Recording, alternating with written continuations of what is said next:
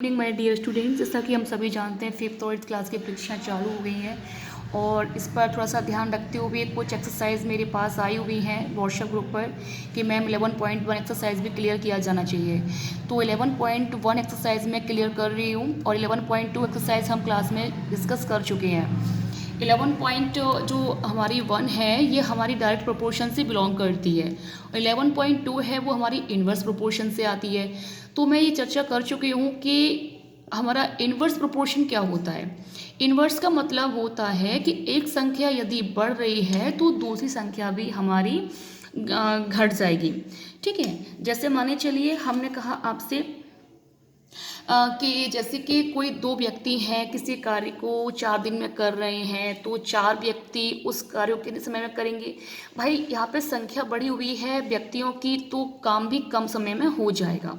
यदि व्यक्तियों की संख्या घटा दी जाएगी तो काम की संख्या बढ़ जाएगी। इसका मतलब ये है कि एक बढ़ रहा है तो दूसरा घट रहा है और दूसरा घट रहा है तो पहला बढ़ रहा है ना। तो हमें ध्यान में रखना होगा कि एक बढ़ेगा दूसरा घटेगा, दूसरा घटेगा तो पहला बढ़ेगा। ये हमारा इन्वर्स प्रोपोर्शन है। इस पे हम बहुत बेसिकली तरीके से क्लास में चर्चा कर चुके हैं और अब हम चर्चा जो करने जा रहे हैं वो हम डायरेक्ट प्रोपोर्शन पर कर रहे हैं। इसमें क्या होता है डायरेक्ट प्रोपोर्शन में कि एक जो बढ़ता है तो दूसरा भी बढ़ेगा, यदि एक घट रहा है तो दूसरा भी घटेगा। अब जैसे एग्जाम्पल के लिए मैंने कहा कि भाई 1 किलो हमारे समझ सकते हैं कि 1 किलो हमारे चावल हैं या आलू हैं वो हमारे 20 रुपये के आते हैं। ठीक है, तो मतलब यहाँ पे हमने संख्या दे दी। अब मैंने आपसे बोला कि 2 किलो आलू कितने के आएंगे बताइए। अब देखो यहाँ मात्रा बढ़ी तो यहाँ पे इसकी रेट भी बढ़ जाएगी कि भाई 1 किलो आलू हमारे 20 के आ रहे हैं, 2 किलो कितने के आएंगे 40 रुपये के आएंगे। यदि हम इसकी मात्रा को और इंक्रीज करते हैं 3 किलो कर देते हैं कि 3 किलो बताओ कितने के आएंगे, तो 3 किलो हमारे फिर से हम 60 बोलेंगे 60 रुपीज़ के आएंगे। तो इस प्रकार से हम समझ सकते हैं यहाँ पर कि मात्रा एक बढ़ रही है दूसरी भी बढ़ रही है। यदि हम इसे डिक्रीज करते हैं तो यहाँ पर रेट भी डिक्रीज होती जाएगी। जैसे 2 किलो आलू की कीमत 40 से 1 किलो के बेस है, मात्रा भी कम हुई रेट भी कम हुई यहाँ पर, है ना। तो इस प्रकार से हम कह सकते हैं कि ये हमारा डायरेक्ट प्रोपोर्शन है। ठीक है, यदि दूसरा पहला बढ़ेगा तो दूसरा भी बढ़ेगा, यदि ये घटेगा तो ये भी घटेगा, है ना। इतना हमको समझना है, ये होता है हमारा डायरेक्ट प्रोपोर्शन। तो अब हम चलते हैं क्वेश्चन की तरफ। पहला क्वेश्चन जो हमारा क्या कहा गया है समझते हैं उसको। Following are the car parking charges near a railway station up to. एक नियर रेलवे स्टेशन क्या है पार्क बना हुआ है और हमें ये चार्जेस को देखना है कि ये हमारा डायरेक्ट प्रोपोर्शन में है या नहीं है। ठीक है, चलिए अपन इसे चेक करते हैं। 4 hour charges is 60 rupees, 8 hour charges 100 rupees, 12 hours charges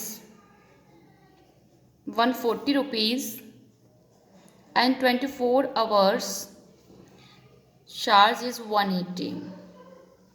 Let's see are these direct proportion or not. Okay, so let's start.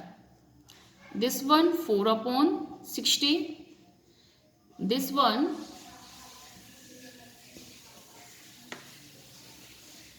8 upon 100, this one 12 upon 140, this one 24 upon 180. Let's check are these in direct proportion or not. इसे cut करते हैं हम 4 से, 4 1 जा 4, इसे cut करते हैं 4 से, 4 1 जा 4 एंड 4 5 जा 15। इसे कट करते हैं हम 4 से, 4 2 जा 8, 4 से कट करते हैं 4 2 जा 8 एंड दिस वन 4 5 जा 25। इसे भी कैंसिल आउट करते हैं 2 से,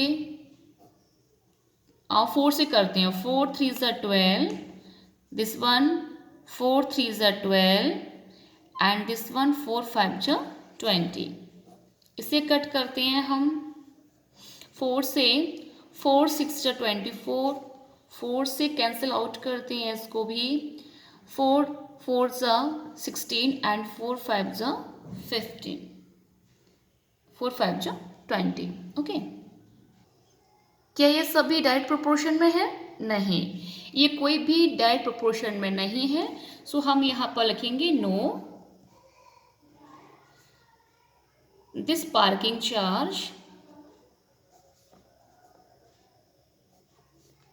charges are not in direct proportion। Okay, Hindi medium वाले विद्यार्थी कहेंगे नहीं दिया गया पार्किंग चार्ज, डायरेक्ट को बोलेंगे यहाँ पर व्युत्क्रमानुपात के समानुपात में नहीं है।